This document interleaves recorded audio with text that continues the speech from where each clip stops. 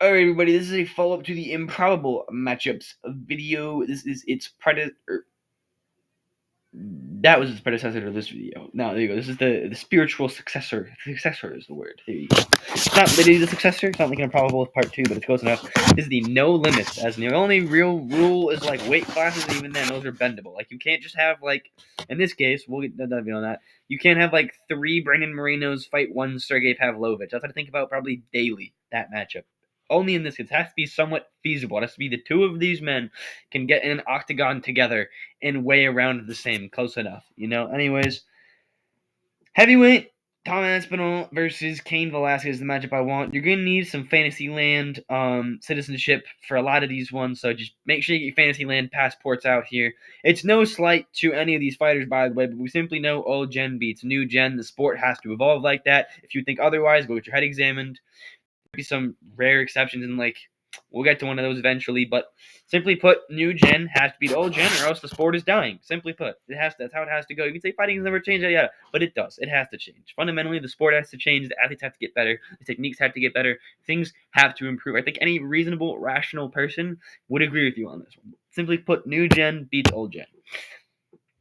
Obviously, steroids, another thing to cloud that. But anyways, Aspinall, let's switch it back. Aspinall versus Velasquez. Aspinall is a great fighter. Good stand-up. Insane speed. Obviously, that 55er speed on a heavyweight body, Good power along. Pretty underrated grappling. Has a jiu-jitsu background. I believe a national jiu-jitsu champion, right? Or nationwide national jiu-jitsu champion of the UK and every belt except black belt from the tournaments he went to when he was a... Was he a black? It was black belt, yeah. Cardio Kane, a lot of similar tools in his bag, man. Although I think, I don't know, speed is tough. Power obviously very much goes to Aspinall, but they had very similar bags, Obviously, Aspinall's boxing came from the Furies, whereas Kane is kind of a more mixed, well-rounded striker, I'd say, in terms of the background at least.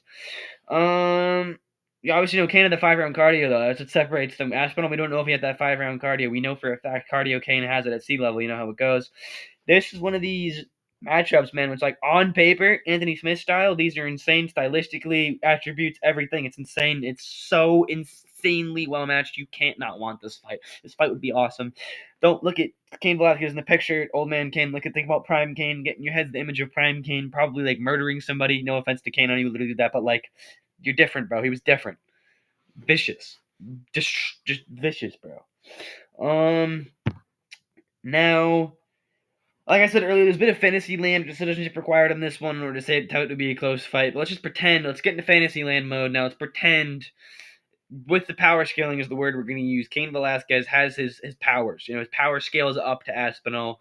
I think Cardio Cain might be able to wear down Aspinall. Again, obviously in real life, like real situations, no Fantasyland, no power scaling, Aspinall runs through him. That's how it should work. That's how the sport should go. But I think either way, it's 50-50 even then. It's either Cardio Cain wearing down with the wrestling, or it's Aspinall KOs in round 1 just the same. It doesn't matter what power scaling or Fantasyland status is required. Now, for light heavyweight, I have Yuri Prohaska against Chuck the Iceman Liddell. Yuri's a good fighter, man. Great unorthodox striking, good chin, underrated grappling. I know the arguments he gets stunned, but still, only knocked out twice, man. Or 3 times, yeah. 2 times in the UFC, 3 times in general. So, Iceman was a great fighter himself in his day. Good striking, great even. Depends, I put good here. Good chin, amazing output, very unorthodox style as well. Not unorthodox like Yuri, but unorthodox. This would be a war, man. This would be a scrap. A lot of hooks, a lot of output, a lot of just bam, bam, bam, bam, bam, bam. Hard shots. Tight We've also reference, perhaps, but you know how it goes. However long it lasts, obviously. Now, this is super old gen against like super new gen, so you need a local government position in Fantasyland. I am currently the DA of Fantasyland right now for this sake. But honestly, even without it, Liddell's chin and striking and all that power scales to modern day, I really think you're still... I want to say they get through the first round purely because the chins don't crack. And then there's like an early TKO stoppage in round 2 from Yuri, I want to say. I just think Yuri has a little bit more dog, a little bit more grit than Chuck Liddell. I just think he could get it out, squeak it out. But either way, it's with the power scaling, it's a close fight, man. This one, another interesting one. Luke Rockhold versus Chael Sonnen. Chael's a good fighter, man, no matter what you say about him. I know he's 7-7 in the UFC, but he's good. He's good, Weird, but good. Great wrestling, solid stand-up, good cardio, and, a good chin. Underrated, outside underrated defensively. Yeah, well, kind of. His stand-up's weird. Stand-up's good and bad simultaneously. It's hard to explain. It set up the wrestling. It did its job. Rockhold's a great fighter, no doubt. Great stand-up. Super underrated grappling, jiu-jitsu background. Obviously, he out-wrestled Chris Weidman, who's like prime Chris Weidman. This would be an all-time press conference, though. Rockhold has that cocky, like, I'm the best in the world. I'm the best. There's nothing you can do about it personality. And Chael's like, he's a gangster, man. Chael's a troll. He's a gangster. You don't care. He's the best in the world. He doesn't need to tell anybody that he is. He knows he's the best in the world. Rockhold has to convince everybody he's the best in the world and convince himself he's the best in the world. It'd be an all-time press conference. Some insane one-liners here and there. I think Chael would demolish Rockhold in the press conference regard, but still would be an all-timer, man. With Fantasyland citizenship required, it's tough to pick a winner, man. I either have Chael Sonnen by a pretty dominant decision, just like I think the smothering wrestling would get to Rockhold, or Rockhold KO, or Rockhold just demolishes him. And now, what I put here too, I wouldn't be surprised. Rockhold's pretty chinny and Chael's got a good ground and pound. I wouldn't be surprised if Chael maybe sneaks in a TKO there, And I could see it being a boring grappling fest where they want to have like an alpha male who's about a wrestler matchup, and they just wrestle each other. They just sprawl the entire time. They don't actually like punch each other. I could see that happening. It's either going to go, this is going to be all wrestling, or this is going to be Rockhold with a pretty easy knockout for me. It's my predictions right there. I honestly don't know who I could pick, though. Honestly, I lean to Rockhold in this case. I would probably say 70-30 Rockhold, whereas the last two fights have been like 50-50. I'm pretty confident in Rockhold. But I don't know, though. That 30, maybe it's like 60-40. Anyways, this one, we can stay back in reality. We can snap back to reality now. This one's actually pretty feasible. GSP versus Arnold Cerrone. I love both these guys a lot. GSP, the GOAT, my GOAT. The GOAT, pretty much, in my opinion, but you can have your own opinion. Well-rounded in the skill department. We don't need to know all that. Good cardio, good training, good conditioning to back it all up. Cerrone's a great fighter, great striking, good, and it's super underrated at the same time. We know it's good. We don't know how good it is. I mean, you got to put Benson Henderson like a billion submission attempts, almost out of him a couple times. Benson Henderson was a grappler by trade, man. If I just Benson Henderson said I'm a karate guy, I'm a taekwondo guy, but we know he was a grappler, and Cerrone was out-grappling him of sorts. Getting a lot of submissions, dangerous submissions, man. Deep chokes, deep triangles, deep everything, man. He had all the submissions in his bag, and he was getting them in there. Henderson just isn't human, apparently. And then Cerrone did call out GSP for UFC 200, and GSP was retired at that point for a couple of years, and you know how it goes with this prep time, which, again, I'm not really... I guess you could knock him for taking no short notice fights, but he doesn't walk around saying I'm the baddest man on the planet, I'll beat you anytime, anywhere, like some people do. John Jones. Anyways, for me, I still have a 48-47 GSP. I just still think now... GSP could lose this one purely on the fact, he was training, he was doing his thing, he was in a reasonable weight to make the weight. I just think it would be a very tight fight given the ring rust. I don't even say it isn't real, but I don't think Cerrone was just confident, comfortable in the ring. Cerrone didn't care if you were GSP, OSP, or DSP. He didn't care who you were. Or JSP, right? Jonathan Pierce. He didn't care who you were. He was going to fight you, man. He was going to fight you and give you a tough fight either way in his prime, which is what at the time he was on 3-fight win streak in welterweight. That's kind of what the perspective was there. GSP 3 years retired. Cerrone 3 wins. You know how it goes. Now, this matchup would take place, like I said, in 2016. So, I mean, I kind of already talked about it. That GSP, the reason why it would be so close is because he's been gone for so long, and Cerrone's been staying active, 3-0, put on impressive performances, and GSP was coming off a layoff. And one of his performances of his career in the Johnny Hendricks fight, arguably the worst, but then again, he did tap on strikes to Matt Serra. So, but again, he avenged it in more brutal fashion. Call it a hot take, but Serra had to go grab the ref to save him, so... Call it a hot take, man. Anyways, GSP's going to be quite hittable as well. I think Cerrone on the feet would be able to land some head kicks, land some jabs, land his boxing, land his Muay Thai background. He's a good striker, like I said earlier. He would be able to get something going, and it would be maybe a rough fight for GSP. I also think the way GSP grappled, kind of not laying in top position, but very top position focus, and Cerrone loved to lay in bottom. You get two guys like to lay in different positions, in opposing positions. Who's going to come out on top here? You know what I mean? It would be pretty interesting, though. I don't know. I love both these guys. I would love to see this matchup. All we got to UFC 5 apparently. Maybe the GFL can scrape another $1 trillion and get this matchup perhaps. Anyways, in reality here, I want to say Prime Tony, but versus Khabib, but I didn't say Prime Khabib because again, in reality, this was after the injury. This was 249, so it wasn't really Prime Tony. This was the Gaethje match. This was the Gaethje matchup. Where all started to fall away, but let's just say Prime Tony versus Khabib for the sake. The Alaquinta fight in this sake. I know the image is 249. Let's say it's Alaquinta. Everybody knows this one is but everybody wants this one. Everybody knows this one. It's got its own 50-minute videos. If you want essays from better channels with English accents if you want to go find something better. But I'll give the Onyx Octagon approach here. I didn't say prime Khabib because Khabib never really got to his prime. He's never really tested appropriately. He never had the appropriate. My thing is, you need a prime. You also need some sort of appropriate decline. It doesn't necessarily mean losing, but Khabib never got to a point where he would lose a step. You could say, yeah, Khabib's declining. Because he retired too early to know how to decide that. So I don't think it's fair to say prime Khabib against prime Tony. It's a stupid narrative. And Khabib was never really tested appropriately either during his career. You can say it's a hot take, but he never was. This would have been the appropriate test, though. I mean, Tony in his day, man, was a great fighter, a good stand-up. Was cutting you up with the elbows, at that weird footwork, the kind of step-to-step, side-to-side head movement, all kinds of weird stuff. It was like a snake slithering around, doing his thing. And then I put dirty boxing, but I don't know if it's dirty boxing. He had a weird approach with like tight end boxing with the elbows, kind of dirty boxing, you could say.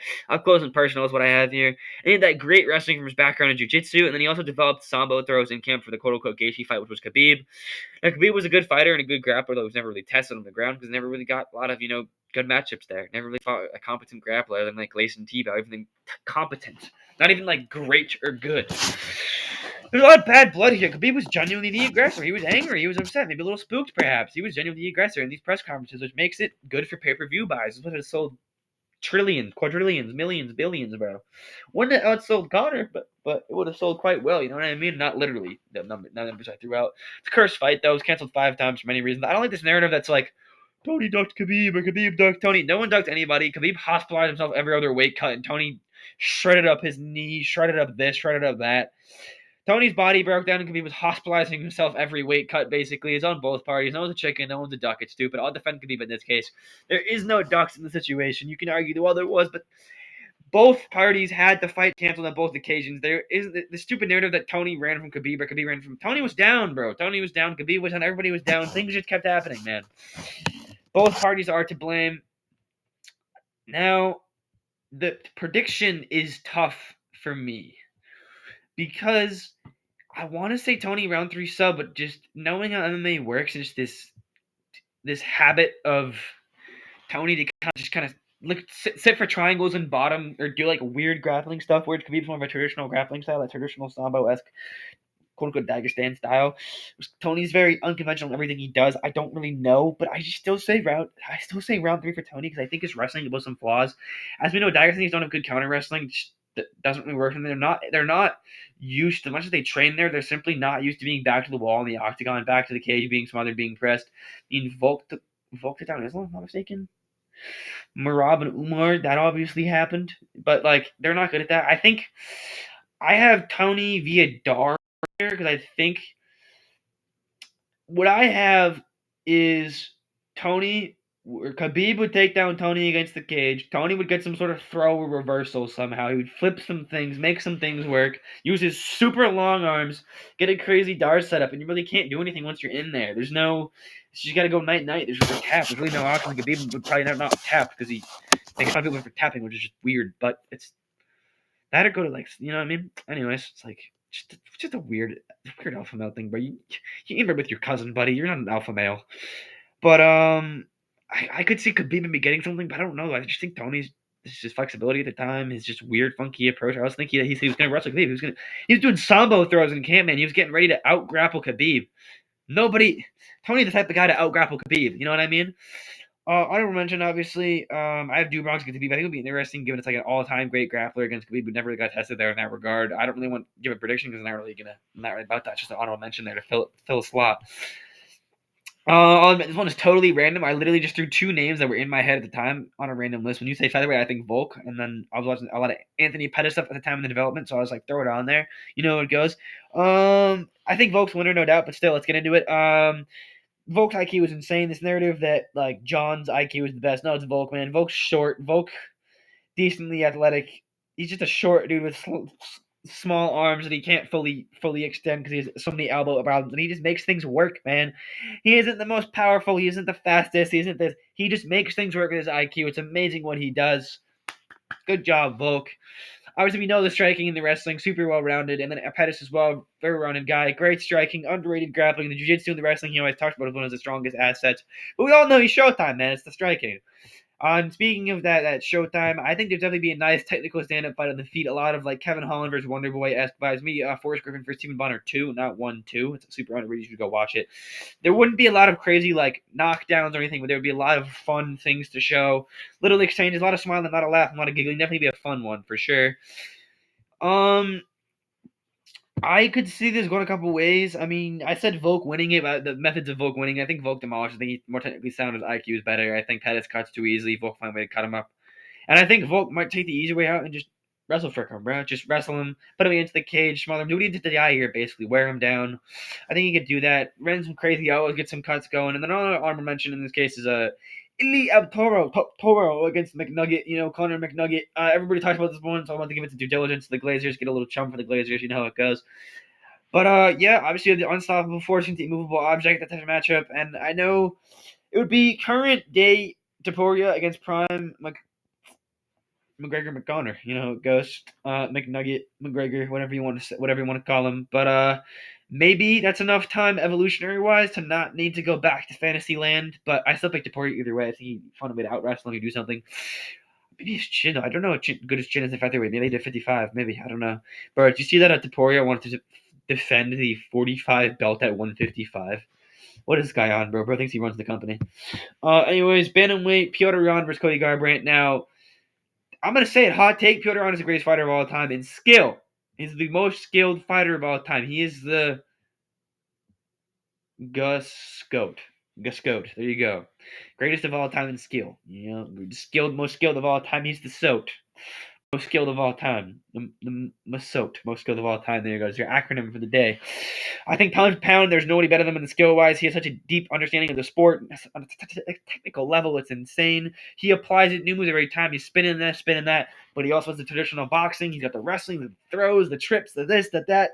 Name one thing Piotr doesn't have right now. Name one. Thank you. He's got everything, man. He's got the physical stuff too. Good chin, good cardio, good. I guess it's high guard. People say it's bad, but it's really more of a trap to get you coming in, going for his body, so he can trip you, take you down, do weird things. He's so technical. He's so smart. I can make a whole hour-long video glazing Piotr Jan if I wanted to. But we're not doing that today. I think he does a sloppy too. He doesn't throw any weak sloppy shots. They're all there. They're all great. Even when he's gassed, he's throwing good shots. It's insane. Now, Cody, in my opinion, is one of the most, I guess, Porter's words, talented. Like, he has everything in his bag if he uses it and chooses to use it and knows how to use it.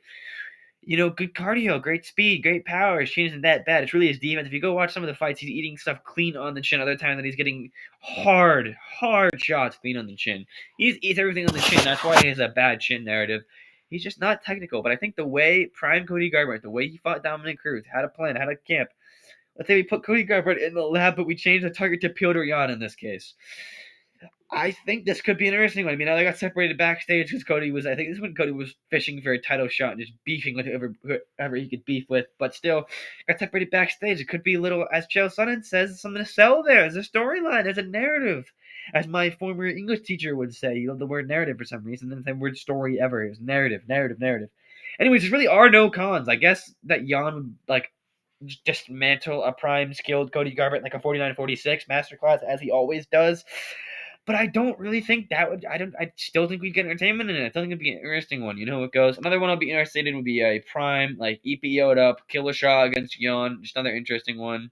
Given the era of Garbrandt, the names are forever linked. Wink, wink. Flyweight. This one, I'll admit, it's just literally I was bored and I just done. I need to just throw two random names on a board, see which one ever stuck. And I have Demetrius Johnson against Steve Urseg. Mighty Mo's obviously a goat pick. I think he's one of the three valid goats. Well, at this point, it's two, really. I mean, because John's kind of overrated, but really be two. Well, I mean, obviously, Chael Sonnen, obviously, the most valid GOAT, obviously. A video about that later on. Skill off the chart, speed, cardio, IQ, everything. The guy had everything in his bag. Name one weakness, you really can't. I guess rule book changes are his weakness, but he avenged it with the rule book change, so he makes it work. It goes. Urseg has good jiu-jitsu and decent stand-up. People are going to comment coughing baby versus hydrogen bomb, but that's okay because we'll get into it. It's a fun little matchup against some well-rounded guys. You know how it goes. They're well-rounded guys, jiu-jitsu guys with a little good, decent stand-up for themselves. Old gen versus new gen. That's where it gets interesting. I know he fought recently, but at the end of the day, Demetrius Johnson is an old gen guy. Let's talk about current day. No fantasy land allowed. No time change allowed. I think just because he's older, but flyweights don't age, Usyk might be able to get something going. You get a tough fight to Pantoja, who's arguably the best flyweight in the world right now. I say arguably because we really don't know how much Demetrius Johnson, Mighty Mouse, the GOAT, whatever you want to call him, had left in the tank, and for MMA. I think DA's IQ, though, can get ascending above that old gen versus new gen con, and then I really can't pick a winner in the situation. Call me crazy. Again, it's the old gen, new gen. People make, like, in my group chat, they made jokes that Pantoja would run through Mighty Mouse, but he's Mighty Mouse, man. He's IQ, his speed, his everything. He might be able to get the exception, given how flyweights age, all that stuff. I think he was at 35, though, when he went to one championship. If I'm not mistaken, he's a 35er, though, but still, he's remembered as a 25er ever. GOAT, greatest flyweight of all time, whatever you want to say. Honorable mention, Garbrandt and Gill a shot at 125. Makes it fair, because now neither of them have chins. There's no chins allowed. Makes it fair. I'm joking, of course, but I again threw random names there on the board. Wink, wink from the last one. That was the wink, wink. It goes. Yeah, gotta get this schlop content going. We'll get back into more stuff. I have to finish some all-time lists, and then I gotta think about the ones. I'm thinking I'm doing more overrated videos. If you guys saw, up to you. You guys can pick. Anyways, thanks for watching, and God bless.